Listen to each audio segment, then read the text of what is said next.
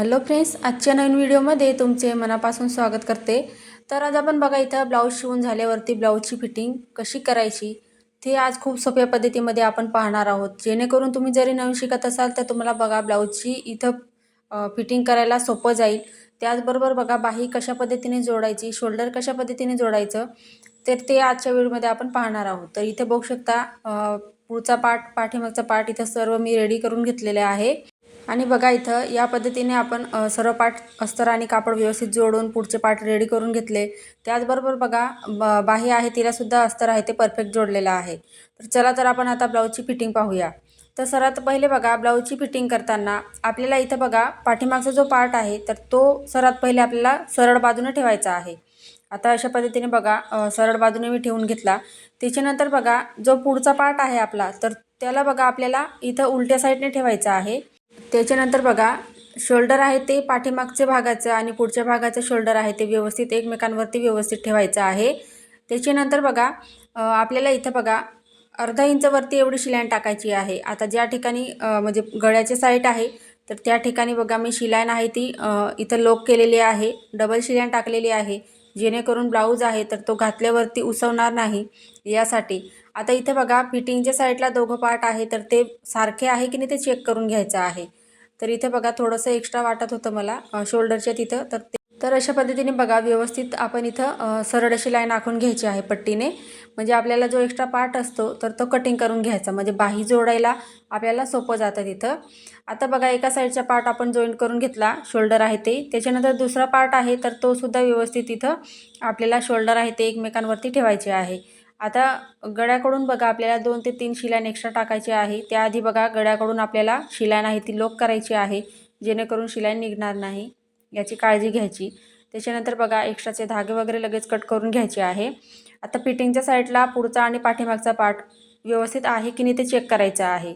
तर या साईडला सुद्धा बघा मी व्यवस्थित तिथं मार्किंग करून घेते आणि एक्स्ट्रा पार्ट असेल तर तो म्हणजे त्याचे धागे वगैरे दिसत आहे तर ते इथं कट होऊन जातील आपले, म्हणजे बाही जोडायला सोपं जाईल। तर अशा पद्धतीने बघा व्यवस्थित असं चेक करून घ्यायचं आहे आणि त्याच्यानंतर आपल्याला इथं बाही जोडायची आहे। आता तर बाही जोडण्याआधी इथे बघा मी पुढचा पार्ट वरच्या साईडला ठेवलेला आहे, पाठीमागचा पार्ट खालच्या साईडला। तर बाही आहे ती व्यवस्थित अशी ठेवून घ्यायची आहे, म्हणजे आपल्याला तर उलट बाजू आणि सुलट बाजू व्यवस्थित चेक करायची आहे। तर बघू शकता पुढचा मुंड्याचे शेप वरच्या साईडला दोघं बाहींचे आलेले आहे आणि पाठीमागच्या मुंड्याचे शेप दोघं बाहींना खालच्या साईडला आलेले आहे, म्हणजे बाहीला अस्तर आपण परफेक्ट असं जॉईंट केलेलं आहे। आता त्याच्यानंतर बघा इथं बाही जोडण्याआधी बाही व्यवस्थित चेक करायची आहे। फिटिंगच्या साईडला इथं एक्स्ट्रा कापड असेल तर तो कट करून घ्यायचा आहे। आता इथे बघा बाहीचा सेंटर काढायचा आहे आपल्याला, तर अशा पद्धतीने मी सेंटर काढून घेतलं बघा। आता ज्या ठिकाणी आपण शोल्डर जॉईंट केलेला आहे तर त्या ठिकाणी आपल्याला ही बाही ठेवायची आहे व्यवस्थित अशी, आणि या पद्धतीने बघा ओढायची नाही, जशी आहे तशी इथं शोल्डरपासून बाही आपल्याला इथं जोडून घ्यायची आहे। तर बघा इथं मी अर्धा इंच इथं मार्जिन घेऊन व्यवस्थित असं इथं बाही आहे ती जोडून घेते ब्लाऊजला।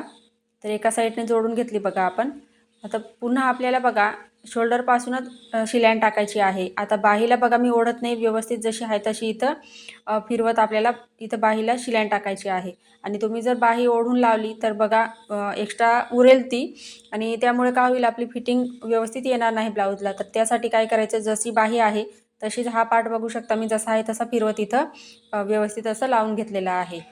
तर बघा आता आपण एकदा शिलाई टाकल्यानंतर दुसऱ्यांदा लगेच शिलाई टाकायची आहे, म्हणजे डबल शिलाई आपल्याला कोणताही पार्ट जॉईंट करताना डबल शिलाई टाकावी लागते, हे लक्षात ठेवायचं आहे। तर बघा इथं संपूर्ण बाहीला परत एक मी शिलाई टाकून घेतली।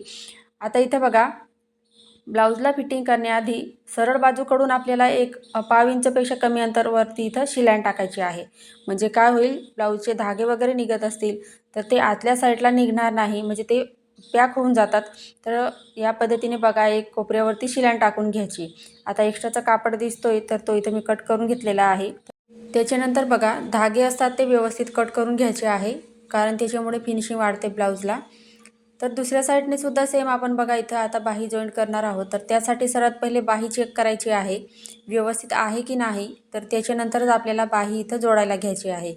आता बाहीचा सेंटर पॉईंट काढायचा आहे, त्याच्यानंतर जिथं आपण शोल्डर जॉईंट केलेला आहे तिथं ठेवायची आहे बाही। तर तुम्हाला बघा इथं बाही जोडताना जर कमी पडत असेल तर या ब्लाऊजचा मी कटिंगचा व्हिडिओ टाकलेला आहे याआधी, आणि खूप सोप्या पद्धतीमध्ये बाहीची कटिंग मी दाखवलेली आहे. तर तुम्ही तो व्हिडिओ नक्की बघा, म्हणजे तुम्हाला बाहीची कटिंग करायला सोपं जाईल आणि ब्लाऊजला बाही जोडताना कमी पडणार नाही. तर इथं बघा आता बाही एका साईडने आपण जोडून घेतलेली आहे. त्याच्यानंतर बघा या साईडने मी फिरून घेतलेलं आहे बघा. पुन्हा मी बाहीला शोल्डरपासूनच इथं जोडणार आहे, म्हणजे आपण शिलाई टाकणार आहोत इथं. तर अशा पद्धतीने बघा आता व्यवस्थित असं इथं मी शिलाई टाकून घेते. तर खालचा कापडसुद्धा व्यवस्थित पकडायचा आहे, फुगा वगैरे होणार नाही याची काळजी घ्यायची. त्याच्यानंतर बघा आता व्यवस्थित असं जसं आपण बाही कटिंग केलेली आहे तसंच बघा पाठीमागचा जो पार्ट आहे तर याला मी फिरवत अशी शिलाई टाकून घेतलेली आहे. आता संपूर्ण बाहीला आपल्याला या टोकापासून दुसऱ्या टोकापर्यंत पूर्ण बाहीला शिलाई टाकायची आहे व्यवस्थित अशी.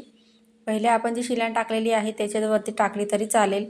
आता तुम्ही इथं शिलाई मार्जिन जेवढी घेतली असेल त्यानुसार शिलाई टाकायची आहे. मी अर्धा इंच शिलाई मार्जिन घेते, त्यासाठी मी अर्धा इंचवरती शिलाई टाकून घेतली.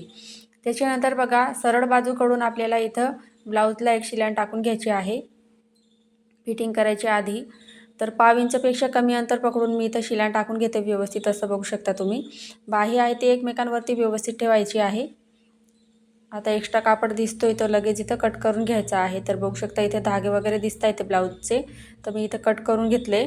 फिटिंग झाल्यावरती ते धागे वगैरे दिसणार नाही, तर यासाठी व्यवस्थित कटिंग करून घ्यायचं आहे. त्याच्यानंतर बघा ब्लाऊजला अशा पद्धतीने आपल्याला उलट्या साईडने फिरून घ्यायचं आहे, म्हणजे आपल्याला फिटिंगची मापं टाकायला इथं सोपं जाईल आणि परफेक्ट असा आपला ब्लाऊज इथं रेडी होईल. आता सर्वात पहिले बघा खालचा कापड आणि वरचा कापड व्यवस्थित पकडायचा आहे, म्हणजे पुढचा आणि पाठीमागचा पार्ट आहे तो. तर त्याला बघा आता एकदम कोपऱ्यावरती इथं आपल्याला शिलाई टाकायची आहे. जसं आपण बघा सरळ बाजूकडून एक शिलाई टाकून घेतली त्याच पद्धतीने बघा आता उलट्या साईडकडून सुद्धा आपल्याला एक शिलाई टाकायची आहे. आता वरच्या साईडला शिलाई लॉक केली होती आणि खालच्या साईडला सुद्धा, म्हणजे धागे निघत होते तर ते इथं निघणार नाही आणि तेवढाच आपला ब्लाऊज जो आहे तर तो फिनिशिंगमध्ये दिसतो. त्यासाठी सर्वात पहिले बघा इथं व्यवस्थित अशी कोपऱ्यामध्ये एकदम शिलाई टाकून घ्यायची आहे पाव इंचावरती. तर पहा मी या पद्धतीने शिलाई टाकून घेतली. आता खालच्या साईडला शिलाई लॉक करायची आहे. त्याच्यानंतर आपल्याला व्यवस्थित असं बघा पाव इंचावरती शिलाई टाकत यायचं आहे. तर पहिले एका साईडने टाकून घेतली आपण, दुसऱ्या साईडला आता शिलाई टाकून घेतोय. तर बाहीच्या तिथं सुद्धा बघा मी शिलाई लॉक करून घेतली, म्हणजे तिथं ते शिलाई नाही ती निघणार नाही. आता फिटिंग करताना बघा जेवढं माप तुम्ही घेतलं असेल ब्लाऊजवरनं तेवढं तुम्ही इथं दंडघेरचं माप टाकायचं आहे. आता दंडघेर बघा या कस्टमरचा आहे तर तो 6 इंच आहे, तर त्यासाठी 6 इंचावरती मार्किंग करून घेतलं.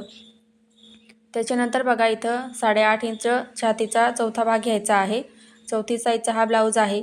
कमरेच्या साईडला इथं बघा तुमची कमर जेवढी असेल तेवढी तुम्ही इथं घ्यायची आहे. आता यांची 27 कमर आहे, तर त्यासाठी खालच्या साईडला अशा पद्धतीने मी मार्किंग करून घेतलं, म्हणजे आता 3 पॉईंट आपल्याला भेटलेले आहे. तर बघा इथं बाही आहे ते व्यवस्थित इथं मी शिलाई टाकून घेणार आहे आता. तर त्याआधी ते बघा पट्टीने मी मार्किंग करून घेतलं आहे, म्हणजे आपल्याला व्यवस्थित अशी शिलाई टाकता येईल त्यासाठी. तर पहा इथं या पद्धतीने एका साईडने आपण फिटिंग करून घेतलेलं आहे ब्लाऊजला. आता दुसऱ्या साईडने सुद्धा सेम त्याच पद्धतीने फिटिंग टाकायची आहे.